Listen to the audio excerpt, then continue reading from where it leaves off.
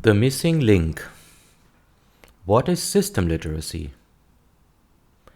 The systems view of life is really a totally new perspective of life, science, relationships, religion, philosophy, and art.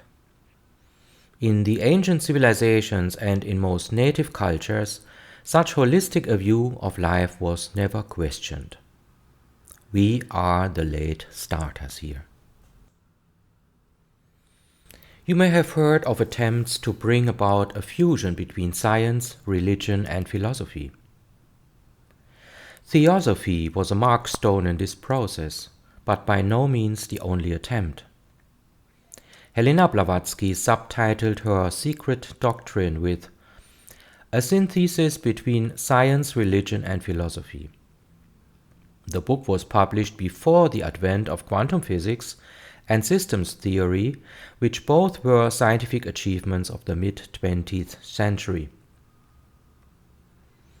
Quantum physics ended up demonstrating, even to hardcore materialists, that our universe is not primarily consisting of matter, or that matter is a secondary phenomenon, as the real mover in the universe is a subtle energy that today is called the quantum field, and that was through the ages called many different names.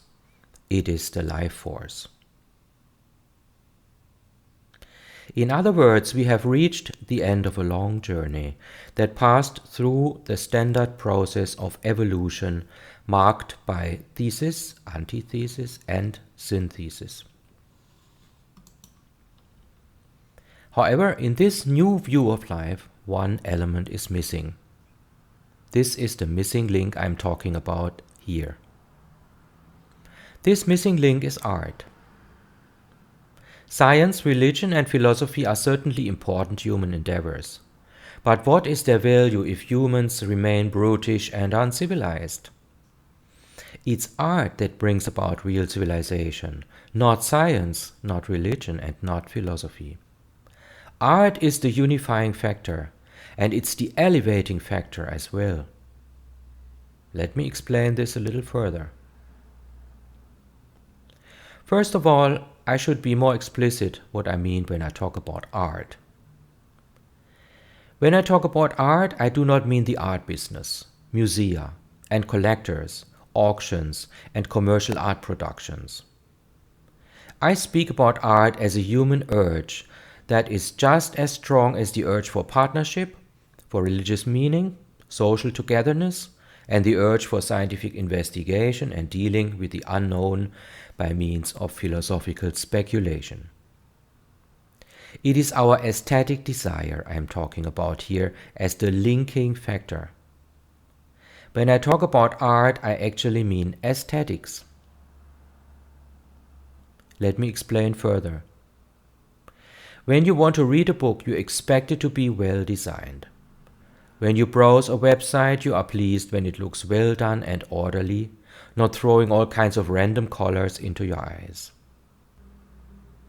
When you look for a house or flat, you want it to be tidy, with walls painted in an agreeable soft color or offering tapestry, and with furniture of high quality and well arranged in the available space. We talk about interior design.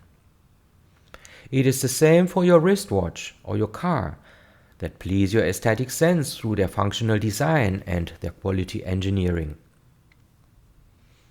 When you go for a vacation, you want to stay in a nicely designed hotel where you have all amenities integrated into a comforting setting. Please understand me correctly. There is a huge misunderstanding in our society about comfort, as it is always associated by advertising with luxury. But that is not true. Tidiness, comfort, aesthetic surroundings, good design, and perfect engineering are not luxury. They are basic needs for our aesthetic sense. When you go to a restaurant, you may not want to have loud music played, but a soft, soothing background music, so that you can focus on your food and good conversation with your partner or your friends. I could go on and on outlining these achievements of culture, which include, of course, fashion design, perfumes, quality clothing, and good transportation as well. What I want to convey is that human beings do not need only science, religion, and philosophy to be peacefully integrated in a comprehensive scheme, but they also need comfort, safety, order, and beauty. I believe that the system's view of life allows us to see all those things not as separate, but organic elements in our lives, which are one as important as the other.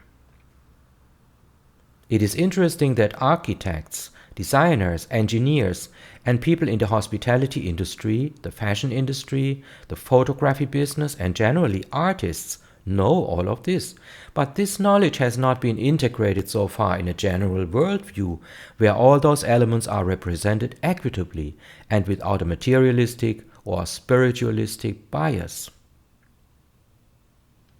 The materialistic worldview affirms our needs for safety, comfort, and beauty, but denies that we also have a need for spirituality, religion, and mythology. The scientific worldview acknowledges our need for knowing the truth and investigating more and more for finding truth in our lives, or studying science to show it to us. But this worldview belittles our needs for both religion and our aesthetic needs, our need for art and beauty. And when you frequent art circles, you will notice how much they are caring for beauty, aesthetics, and the comfort derived from a noble attitude toward others. But they care little for science and for religion. So you have a bias in every segment of society, and system literacy comes in here, in my conception, as a unifying factor. When you look upon life as a living, organic system, you cannot continue to foster sectarian views that belittle any human need while exaggerating any other human need. When you study living systems, you will inevitably notice that all the patterns within those systems are related to one another and constantly communicate in an equitable manner without one trying to dominate the other. Glossary. Theosophy is a metaphysical doctrine and movement that was founded by Helena Blavatsky and others in 1875. The word literally means God wisdom, and the teaching can be called one of going to the source of all religions. Accordingly, theosophy teaches a scientific and rational understanding of religions and sees in every religion a nucleus of universal truth. However, it also tries to help us see all the madness, the irrationality, and the violence that religious dogma and superstitions bring about. In this sense, it understands itself as a higher form of religion, a form of religious understanding that goes beyond the appearances and that educates toward true enlightenment. Theosophy is important in the sense that it tries to heal the split between religions and nature, declaring that nature is intelligent and wistful. Theosophists hold that everything, living or not, is put together from basic building blocks evolving toward consciousness. Theosophy also teaches that every human is inspired and guided by a higher self-entity that we should try to get in touch with for enhancing and accelerating our spiritual evolution. Theosophy teaches that both reincarnation and karma are universal laws, not just specific beliefs of certain religions. However, Theosophy denies evolutionary regression.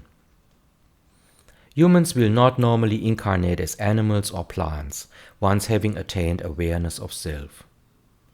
A fundamental element in theosophical teaching is the so-called spiritual hierarchies, and the most prolific writer on this topic certainly was Reverend Charles Webster Leadbeater. In addition, theosophists believe that religion, philosophy, science, the arts, commerce, and philanthropy, among other virtues, lead people ever closer to the ability of understanding truth or reality. Helena Petrovna Blavatsky, 1831 to 1891, was one of the most influential occult thinkers in the 19th century. She was a controversial figure during her lifetime. With the aid of Colonel Henry Olcott and William Q. Judge, she founded the Theosophical Society in New York in 1875. This was the starting point of the Theosophical movement. Born at Ekaterinoslav, Russia, on July 31, 1831, Blavatsky was the daughter of Colonel Peter Hahn, a member of the Mecklenburg family that settled in Russia. To gain converts to Theosophy, she attempted to perform miracles. She did this successfully, but her methods were on several occasions detected as fraudulent. Nevertheless, her commanding personality secured for her a large following. An enigmatic personality, Blavatsky was raised in an atmosphere saturated with superstition and fantasy. She loved to surround herself with mystery as a child and claimed to her playmates that in the subterranean corridors of her old house at Saratov, where she used to wander about, she was never alone, but had companions and playmates whom she called her hunchbacks. Blavatsky was often discovered in a dark tower underneath the roof, where she put pigeons into a mesmeric sleep by stroking them. She was unruly, and as she grew older, she often shocked her relatives by her masculine behavior. Once, riding astride a Cossack horse, she fell from the saddle and her foot became entangled in the stirrup. She claimed that she ought to have been killed outright, were it not for the strange sustaining power she distinctly felt around her, which seemed to hold her up in defiance of gravitation. Quantum physics or quantum mechanics is a fundamental branch of theoretical physics with wide applications in experimental physics that replaces classical mechanics and classical electromagnetism for the subatomic realm. It is the underlying mathematical framework of many fields of physics and chemistry, including condensed matter physics, atomic physics, molecular physics, computational chemistry, quantum chemistry, particle physics, and nuclear physics. Along with general relativity, quantum mechanics is one of the pillars of modern physics. Life force, cosmic energy, bioenergy, élan vital, vis vitalis, spirit energy, vital energy, the field, zero-point field, A field, L field, Akashic field, human energy field, chi, ki, mana, prana, Wakonda, Hado, and many other related terms.